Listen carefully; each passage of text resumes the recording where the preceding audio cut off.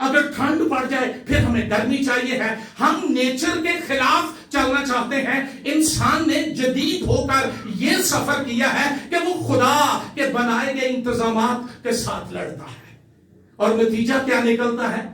جلانے والے سانپ. جلانے والے سانپ کے لیے عبرانی زبان میں لفظ ہے نقش سراف.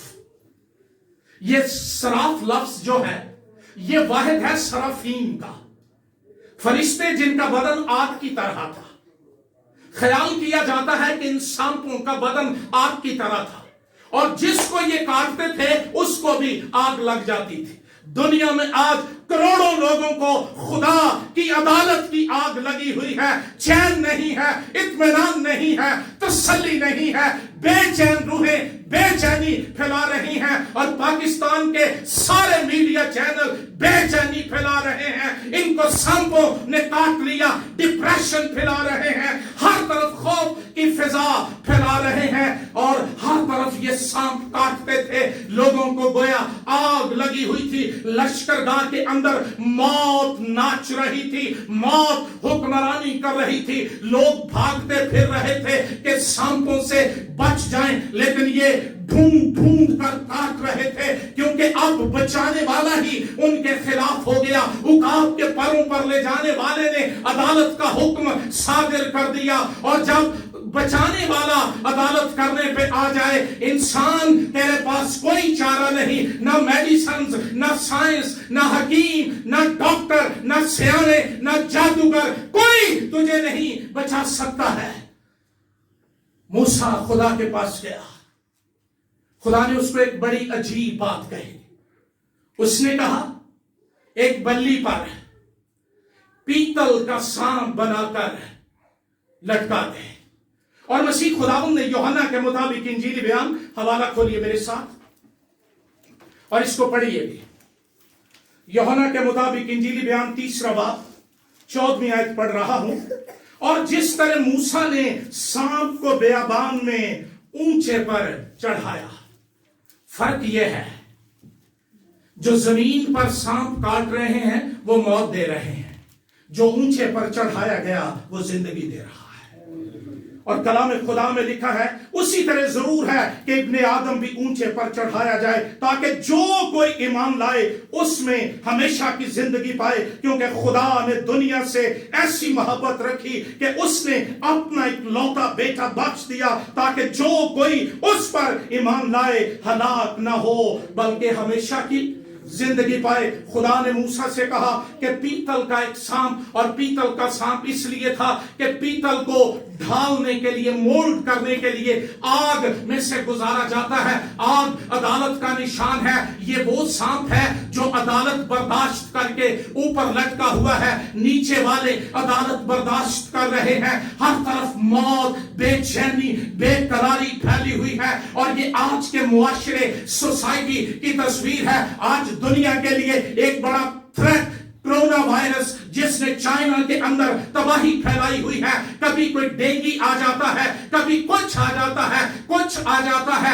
انسان ڈر جاتے ہیں اور وہ سوچتے ہیں ہم ریمیڈیز تلاش کریں گے اور ہم بچ جائیں گے, سائنس ہمیں بچا لے گی. اور سائنس کے بچاتے بچاتے تک کروڑوں لوگ موت کی ابدی ہلاکت کے اندر چلے جاتے ہیں. اور یہ چیلنج آج ساری دنیا کے اندر ہے. احتیاط کیجئے, کرونا وائرس آ رہا ہے. میں علاج بتانے جا رہا ہوں. کلام خدا میں لکھا ہے ایک بلی پر سانپ لٹکا دیا گیا, اور مسیح نے اپنی زبان مبارکہ سے اس کی انٹرپریٹیشن کرتے ہوئے کہا یہ تو میری تصویر ہے. جس طرح ابن آدم اونچے پر چڑھایا جائے گا اسی طرح بلی پر سانپ لٹکایا گیا, اور حکم یہ تھا مرنے والوں اونچے پر چڑھائے ہوئے کو دیکھو, زندگی مل جائے گی. آپ کے اندر جو شیطان نے آگ لگا دی ہے, آپ کے اندر جو بے چینی اور تلخی ہے جو آپ کو آرام نہیں لینے دے رہی ہے, یہ آرام کے اندر بدل جائے گی. دنیا نت نئے علاجوں کے پیچھے دوڑ رہی ہے, لیکن اس علاج کے سوا جو کلوری پر کر دیا گیا کوئی اور علاج بنی آدم تیرے لیے کارگر نہیں ہے. تو ساری بیماریوں سے شفا پا کر اگر جہنم کے اندر چلا جائے تو تجھے کیا فائدہ. میں آج رات یہ پیغام لے کر آیا ہوں, ہم اس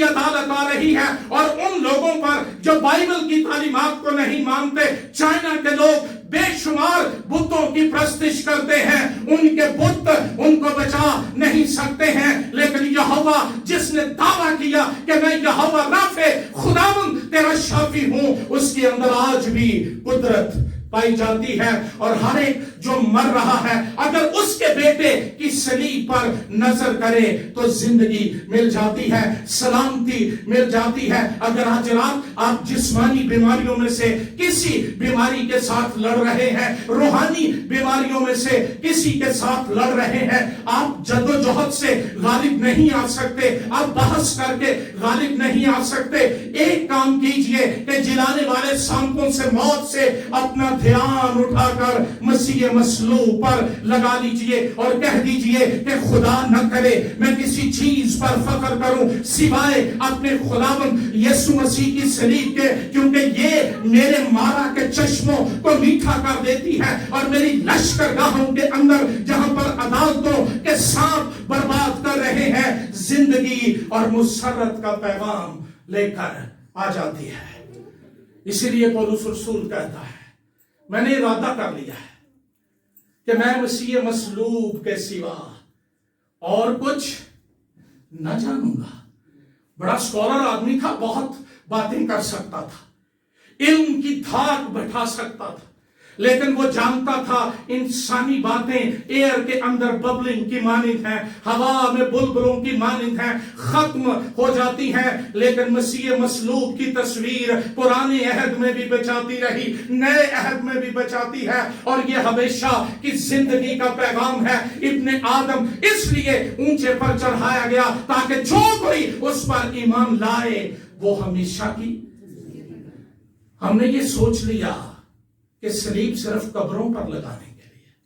کیا نادانی ہے یہ, زندگی کا نشان موت پہ لگایا ہوا ہے. کیا مسیح یہ صلیب دیکھ کر زندہ کرے گا؟ وہ تو وہی زندہ ہوں گے جن کے اندر قیامت کا بیج سیڈ موجود ہے. 7 صلیبیں لگا دو, صلیبوں سے گھیر دو قبر کو, اگر وہ ہے گناہگار کی تو کیا فائدہ؟ گھروں پر لگانے سے یہ فائدہ نہیں دیتی, گلے میں پہننے سے یہ فائدہ نہیں دیتی, یہ ایک طرح فائدہ دیتی ہے, اور وہ ہے کہ ایمان سے یہ اقرار کر لو کہ میں مسیح کے ساتھ مصلوب ہوا اور اب میں زندہ نہ رہا بلکہ مسیح مجھ میں زندہ ہے. آج ہم بے چین دنیا کا حصہ ہیں. آپ کے اخبارات موت بکھیر رہے ہیں, آپ کا میڈیا موت بکھیر رہا ہے, خوف پھیلا رہا ہے. مسیحو آؤ دنیا کو جا کر یہ بتا دیں یسوع کے مار کھانے سے ہم نے شفا پائی ہے. کوئی کرونا, کوئی مرونا, کوئی کسی طرح کا وائرس ہمارے بدنوں پر اثر نہیں کر سکتا, کیونکہ ان پر برے کے لہو کی چادر لپیٹ دی گئی ہے. اگر مصر میں جشن کے علاقے میں دروازے کی چوکھٹوں پر برے کا خون لگانے سے موت کا فرشتہ راستہ بدل لیتا ہے, تو کیا ذبح کیے ہوئے برے, خدا کے برے کے لہو کے اندر یہ طاقت اور قدرت نہیں ہے کہ بیماریاں, موت, ہلاکت, بربادی, بدروہیں, عالم ارواح کی طاقتیں لہو کو دیکھیں اور راستہ بدل جائیں. میں آج رات نبوت کی راہ سے یہ کہہ رہا ہوں, خدا یہ کرنے جا رہا ہے کہ مصریوں کے گھروں کے اندر تو ماتم اور تاریکی ہوگی, لیکن جشن کے علاقے میں کتے کے بھونکنے کی آواز سنائی نہیں دے گی, کیونکہ وہاں پر لہو لگایا گیا ہے. کلیسیا پاکستان سنیے, یہ ڈسکو پرستش کرنے سے بہتر ہے کہ لہو کے گیت گائے جائیں, مسیح مصلوب کو جلال دیا جائے. میں آج رات دعوے کے ساتھ یہ کہتا ہوں کہ جن گھروں کے اندر, جن کلیسیاؤں کے اندر, جس دھرتی پر صلیب کا ذکر کیا جائے گا, شیطان وہاں ٹھہر نہیں سکتا. اور زبور 91 میں لکھا ہے کوئی وبا تیرے خیمے کے نزدیک نہیں پہنچے گی. صلیب کے ایماندار بن جاؤ, صلیب سے محبت کرو. ہم اکثر کرتے یہ ہیں کہ ہم بیماریوں کو دیکھتے رہتے ہیں, ہم انویسٹیگیٹ کرتے ہیں کہ مجھے بیماری کون سی ہے، پھر لوگ پڑھ گئے ہیں زیادہ، نیٹ پہ جا کے دیکھتے ہیں اس بیماری کے اثرات کیا ہیں، اور اینڈ کیا ہوتا ہے؟ ڈیتھ. نو مور ہوپ، ختم ہے بس، اور ہم مرنا شروع کر دیتے ہیں. ساری انویسٹیگیشن پڑھنے کی بجائے زندگی کی کتاب پڑھا کرو. یہ کہتی ہے جہاں پر سائنس ڈاکٹرز نو کرتے ہیں، وہاں سے طبیب اعظم یسوع مسیح کی ہاں شروع ہو جاتی ہے. ایک اور واقعہ میرے ذہن میں آ رہا ہے، مکاشفہ کی کتاب نکالیے میرے ساتھ، اس کا 5واں باب، اور میں چاہتا ہوں ہم وہ بھی پڑھیں. یوحنا 4 باب میں اوپر اٹھا لیا گیا، اور وہ کہتا ہے اور جو تخت پر بیٹھا تھا میں نے اس کے داہنے ہاتھ میں کتاب دیکھی جو اندر سے اور باہر سے لکھی ہوئی تھی. اس کا مطلب ہے کہ that was complete. اس میں کچھ اور ایڈ کرنے کی جگہ نہیں تھی. اندر اور باہر سے لکھی تھی، اور اسے 7 مہریں، 7 سے مراد کاملیت کا عدد، لگا کر بند کیا گیا تھا. پھر میں نے ایک زور آور فرشتے کو بلند آواز سے یہ منادی کرتے دیکھا کہ کون اس کتاب کو کھولنے اور اس کی مہریں توڑنے کے لائق ہے. اور کوئی شخص آسمان پر یا زمین پر یا زمین کے نیچے اس کتاب کو کھولنے یا اس پر نظر کرنے کے قابل نہ نکلا. اور میں اس بات پر زار زار رونے لگا کہ کوئی اس کتاب کو کھولنے یا اس پر نظر کرنے کے لائق نہ نکلا. تب ان بزرگوں میں نے ایک سے مجھ سے کہا مت رو، دیکھ یہودا کے قبیلے کا وہ ببر جو داؤد کی اصل ہے، اس کتاب اور اس کی 7 مہروں کو کھولنے کے لیے غالب آیا. پہلا واقعہ ہم نے شور کے بیابان میں بنی اسرائیل کی بے چینی کو دیکھا پانی نہ ہونے کی وجہ سے. پھر ایک اور مقام پر ان کی بے چینی جلانے والے سانپوں کی وجہ سے. یہ دونوں زمین کے واقعات تھے. تیسرا واقعہ آسمان کا. یوحنا وہاں پر موجود ہے اور وہ کہتا ہے کہ میں نے جو تخت پر بیٹھا تھا اس کے ہاتھ میں ایک کتاب دیکھی جو اندر سے اور باہر سے لکھی ہوئی تھی. 7 مہریں لگا کر بند کیا گیا تھا. یہ بات یاد رہے کہ یہ نجات کی کتاب نہیں ہے، کیونکہ نجات کی کتاب کھولی گئی ہے صلیب پر. یہ مستقبل کے اوقات کی کتاب ہے، اور جب برے نے اس کو کھولا اس میں سے گھوڑے نکلنے شروع ہوئے. نرسنگوں کی مہریں توڑے جانے کی بات ہمیں ملتی ہے. جو زمین پر منظر تھا کہ انسان کے پاس کوئی علاج نہیں تھا، نہ پانی میٹھا کرنے کا اور نہ سانپوں سے بچنے کا، اسی طرح کا ماحول آسمان پر تھا. 24 بزرگ وہاں تھے، جنگجو میکائیل فرشتہ بھی وہاں پر تھا، قرآن عہد نامے کے نبی پیغمبر یہ سارے وہاں پر موجود تھے. آسمان پر یہ منادی کی گئی، اور منادی یہ تھی کہ کون اس کتاب کو کھولنے اور اس کی مہریں توڑنے کے لائق ہے. ایک زور آور فرشتے نے کتاب کی بابت اعلان کیا، کوئی اس کتاب کو لینے خدا باپ کے ہاتھوں سے اور اس کی مہریں توڑنے کے لائق ہے. آسمان پر خاموشی چھا گئی. ساری بائبل میں ایک ہی ہیرو ہے، ایک ہی چیمپئن ہے، وہ میرا اور آپ کا یسوع ہے. ہاللیلویہ. یسوع کے لیے زوردار تالیاں بجائیں. ایک بڑا چیلنج، کون اس کتاب کو لینے اور اس کی مہریں توڑنے کے. آج ہم کئی وسوسوں کے اندر پڑ گئے ہیں. جی میرے کاروبار پر کچھ پڑھ دیا گیا ہے، لکھ دیا گیا ہے، کاروبار کی کتاب کو مہریں لگا دی گئی ہیں. میرے ازدواج کی کتاب کو مہریں لگا دی گئی ہیں اور کوئی کھول نہیں سکتا. یہ کسی بڑے سیانے نے یہ کچھ کیا ہے اور یہ صرف ہمارے وہم ہے اور جہالت ہے جس کا ہم پرچار کرتے رہتے ہیں. آسمان پر یہ منادی کی گئی اور آج رات اہل جہلم میں تمہیں یہ بتانے کے لیے آیا ہوں کہ بائبل مقدس کے اوراق یہودا کے قبیلے کے ببر کی تصویر سے سجے ہوئے ہیں جہاں پر انسان اور انسان کی طاقت اور انسان کی سٹرگل فیل ہو جاتی ہے. ابن آدم وہاں پر کھڑا ہوتا ہے اور زندگی کا سفر شروع ہو جاتا ہے. مجھے حیرانگی ہوتی ہے ان لوگوں پر جو مسیح کا ہونے کا دعویٰ کرتے ہیں لیکن چہرے لٹکے ہوئے ڈپریشن اور دباؤ اور ٹینشنز اور وریز اور ہر روز گناہ اور ابلیس کا بوجھ مارے چلا جا رہا ہے. اے نادان ذرا غور تو کر تیری نسبت کس کے ساتھ ہے. تو نے کس کو قبول کیا ہے جس کے سامنے آسمان زمین اور عالم ارواح کی کوئی طاقت ٹھہر نہیں سکتی ہے. منادی ہوئی, خاموشی چھا گئی اور میں اپنے تصورات میں یہ دیکھتا ہوں ہر شخص طاقت نہیں. کون وقتوں پر کنٹرول کر سکتا ہے؟ کون مستقبل کی لگامیں کھینچ کر اپنے قابو کر سکتا ہے؟ آپ تو کہتے ہیں کہ وقت کو روکا نہیں جا سکتا, لیکن وقت نکلتا کس میں سے ہے؟ جو ابدیت کا باپ ہے, اس کے کنٹرول میں ہے سب کچھ. اس کو کہا گیا یوحنا کو مت رو, اور یہی پیغام آج رات آپ کو دے رہا ہوں.